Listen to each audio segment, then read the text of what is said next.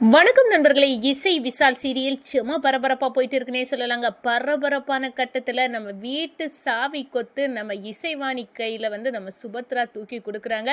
அதோட பார்த்தோன்னா நம்ம ஸ்ரீஜா அப்படியே பேயடிச்சிருக்கிறாங்க, நிற்கிறாங்க. என்னடா கூத்தா இருக்குது, இந்த சுபத்ரா வீட்டு சாவியும் தூக்கி இந்த இசைவாணி கிட்ட கொண்டு கொடுத்துட்டாளா அப்படின்னு அரண்டு போய் நிற்கிறாங்கங்க. ஒரு கட்டத்தில் பார்த்தோம்னா விசால் மனசில் இசை வர ஆரம்பிச்சிட்டாங்க. ரெண்டு பேரும் ரொமான்டிக்காக இருக்காங்க. இதை பார்த்து கொந்தளிக்கிறாங்க நம்ம ஸ்ரீஜா. அதை பற்றி தான் இந்த வீடியோக்குள்ளே பார்க்க போகிறோம். அதுக்கு முன்னாடி சேனலுக்கு லைக் அண்ட் சப்ஸ்கிரைப் பண்ணுங்கள் ஃப்ரெண்ட்ஸ். பக்கத்தில் இருக்க பெல் ஐக்கானையும் கிளிக் பண்ணுங்கள். அப்போ தானே போடுற ஒவ்வொரு வீடியோவும் நோட்டிஃபிகேஷனாக உங்களுக்கு கிடைக்கும். வாங்க ஃப்ரெண்ட்ஸ், வீடியோக்குள்ளே போகலாம். ஃபஸ்ட்டு எடுத்த உடனே பார்த்தோன்னா ஒரு சேம அதிரடியான பரபரப்பு கட்டம் தான். பரபரப்பு கட்டத்தில் தாங்க காம்படிஷன்ல எல்லாம் சக்க போட்டுட்டாங்க. நம்ம இசைவாணி ஆளாளுக்கு கொஸ்டினை கேட்குறாங்க. ஆனால் எல்லாத்துலேயும் சிக்ஸரை விளாசி தள்ளுறாங்க. நம்ம விசால் ஒரு கொஸ்டினை போடுறாங்க.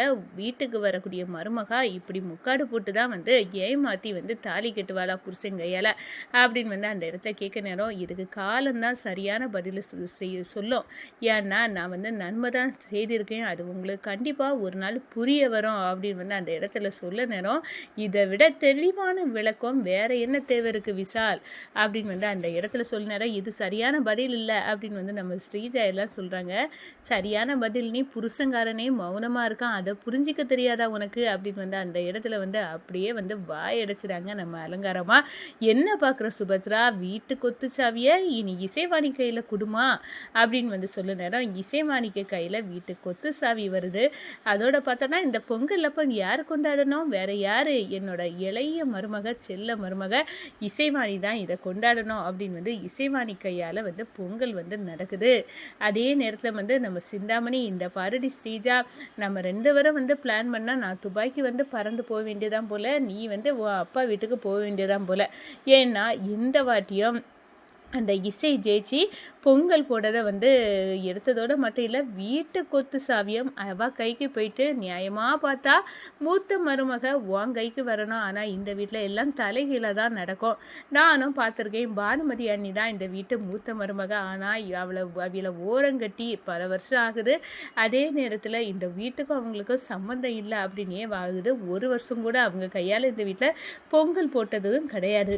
அதே மாதிரி உன்னோட நிலைமையாக ஆவிருமோ அப்படின்னு அந்த இடத்துல ஸ்ரீஜாட்ட சொல்ல நேரம் ஸ்ரீஜா சொல்கிறாங்க, அப்படியெல்லாம் ஆகாது. நான் இந்த சாவி கொத்தை எப்படி பறித்து என் கைக்கு கொண்டு வரணுமோ அதை நான் செய்துக்கிடுவேன் அப்படின்னு அந்த இடத்துல சொல்கிறாங்க. அதே நேரத்தில் பார்த்தோம்னா இந்த சைடு ருக்குக்கு பயங்கர கோபம். இவ என்ன ஒரு பெரிய படிப்பும் படிக்கலையே, அப்படி இருக்கு நேரம் கம்பெனியில் உள்ள பிரச்சனையை சால்வ் பண்ணிட்டா. அதே நேரத்தில் எந்த பிரச்சனை வந்தாலும் இவ ஈஸியாக சால்வ் பண்ணிடா. நம்மளும் இருக்கமே, என்ன பண்ண இவளுக்கு வாழ்க்கையை அழிக்கணும்னா நம்ம இவளுக்கு காது கேட்காதுன்னு உள்ள ரகசியத்தை போட்டு உடைச்சாதான் சரி. இனி நான் என்கிட்ட இருந்து இந்த இசை தப்பவே முடியாது. என் பொண்ணோட வாழ்க்கையை அழிச்சல, நீ மட்டும் இந்த வீட்டு மருமகளாக இருந்து அப்படி என்னத்தை கிழிக்க போகிற, அப்படி நீ மருமக ஸ்தானத்துக்கே வரக்கூடாது. அதுக்கு உனக்கு வேற வழி இல்லடி, உனக்கு நான் ஒரு ஆப்பு வச்சு வைக்கேன் அப்படின்னு அந்த இடத்துல ருக்கு இசைக்கு காது கேட்காது அப்படின்னு நம்ம போட்டு உடைக்கணும். அதுவும் இல்லாமல் ஜாதகமே பொய் தான், எல்லாம் இவ இந்த வீட்டில் மருமகளாகிறதுக்கு தான் இதெல்லாம் நடந்துச்சு, எல்லாம் இவ ஏற்பாடு தான் அப்படின்னு இசைக்கு மேலே உருட்டி தள்ளணும் அப்படின்னு அந்த இடத்துல கங்கணம் கட்டிக்கிட்டு இருக்காங்க ருக்கு. இதே நேரத்தில் தான் நம்ம ராகு வராங்க ஸ்ரீஜா கிட்ட. என்ன பார்க்குற, இப்போ பார்த்தியா சாவி கொத்தையே எங்கள் அம்மா அந்த இசையை நம்பி கொடுத்துட்டாங்க, உனக்கு என்ன இருக்கு, உன்னை கூடிய சீக்கிரம் கழுத்தை குத்தி வெடியை தள்ள வேண்டியதா, நான் இந்த வீட்டுக்கு நீ ஆகாத்த மருமக அப்படின்னு அந்த இடத்துல ப்ரூஃப் ஆகும் அப்படின்னு அந்த இடத்துல சொல்ல நேரம் வாயை மூடிக்கிட்டு இருங்க அப்படின்னு சொல்ல. என்னடி பார்க்குற, கூடவே என் கூட வேலை பார்க்கதா வர்ஷினி நீ வருவா, அவள் வரதை நீ கூட இருந்து பார்த்து எரிஞ்சு சாம்பலாகணுண்டி. அதுக்காக தான் நான் வர்ஷினியை எனக்கு என் கீழே வேலை பார்க்கறதுக்கு அவளை கூட்டிகிட்டு வேலைக்கு அம்மா கிட்ட பெர்மிஷன் வாங்கி வச்சுருக்கேன் அப்படின்னு சொல்கிறாங்க. அதே நேரத்தில் பார்த்தோன்னா நம்ம ஸ்ரீஜா, என்ன இந்த வீட்டில் எல்லாம் தலைகீழாக நடக்குது, நம்ம இந்த வீட்டுக்கு மருமகளாக ஆனாலும் வெட்டியாக தான் இருக்கோம். ஆனால் எல்லா பொறுப்பும் இப்போ இசை கையில் போயிட்டு இதுக்கு நம்மளே வழி விட்டுட்டோம். நம்ம எது பண்ணி முடக்கினாலும் இந்த இசையும் வர்ஷினியும் நல்ல சாமர்த்தியசாலிகளாக தான் இருக்காங்க.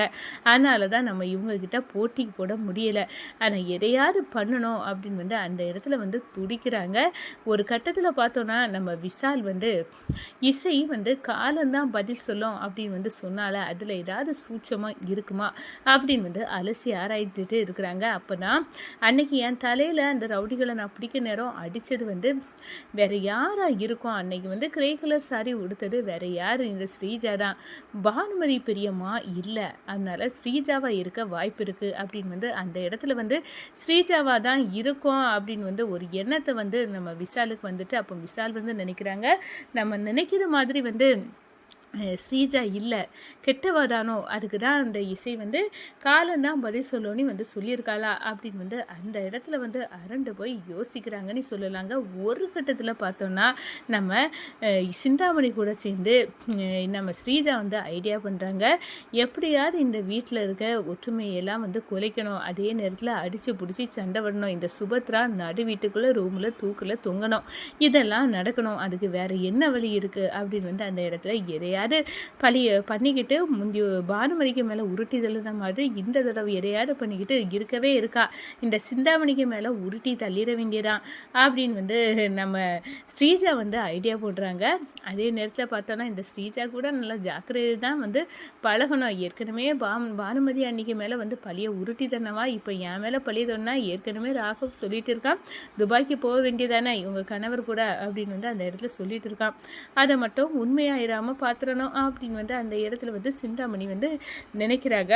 அதே நேரத்தில் அந்த பாருங்க, இனிமேல் வந்து இந்த வீட்டோட நிர்வாகமும் சரி, கம்பெனியோட நிர்வாகமும் சரி, எல்லாத்துக்கும் சரியான ஆள் என் இடத்துலேருந்து பார்க்கறதுக்கு ஒரே ஆள் இந்த இசை தான் அப்படின்னு வந்து கம்பெனி நிர்வாகத்தையும் இன்னையிலேருந்து என்னோட வேலையை வந்து நான் வந்து இசைக்கிட்ட கொடுத்துறேன் அப்படின்னு வந்து நம்ம சுபத்ரா வந்து கொடுக்குறாங்க.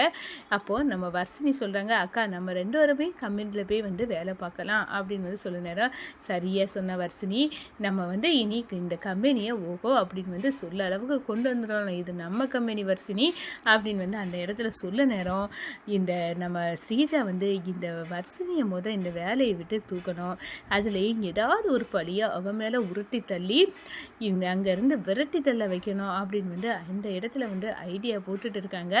ஆனால் நம்ம சுபத்ரா வந்து சொல்கிறாங்க, இந்த பாரு இசை, நீ வந்து எல்லா வேலையிலையும் பெர்ஃபெக்டாக இருக்கா, இந்த கம்பெனியை வீட்டும் உன் கண்ட்ரோல் தான், எது நடந்தாலும் நீ பொறுப்பேற்றுக்கிடணும் அப்படின்னு சொல்ல நேரம் நம்ம இசை, எது நடந்தாலும் அத்தை இந்த வீட்டுக்கு வந்து என்னை மீறி ஒன்றும் நடக்காது, நல்ல விஷயமாக தான் நடக்க போகுது, இனி வந்து நீங்கள் கவலையே இல்லாமல் நல்லபடியாக இருக்கணும் அப்படின்னு வந்து சொல்லி என்னை ஆசீர்வாதம் பண்ணுங்கள், நான் கம்பெனிக்கு போகிறேன் அப்படின்னு வந்து அந்த இடத்துல கம்பெனியை கவனிக்க நம்ம வர்ஷினி கூட வந்து இசைவாணி வந்து கிளம்பி போகிறாங்க. இந்த சைடு 2 அக்காளும் தங்கச்சி சேர்ந்து கம்பெனியை நல்லாக்காவா போகிறீங்க, உங்களை விட மாட்டேன்டி அப்படின்னு வந்து கொந்தளிக்கிறாங்கங்க.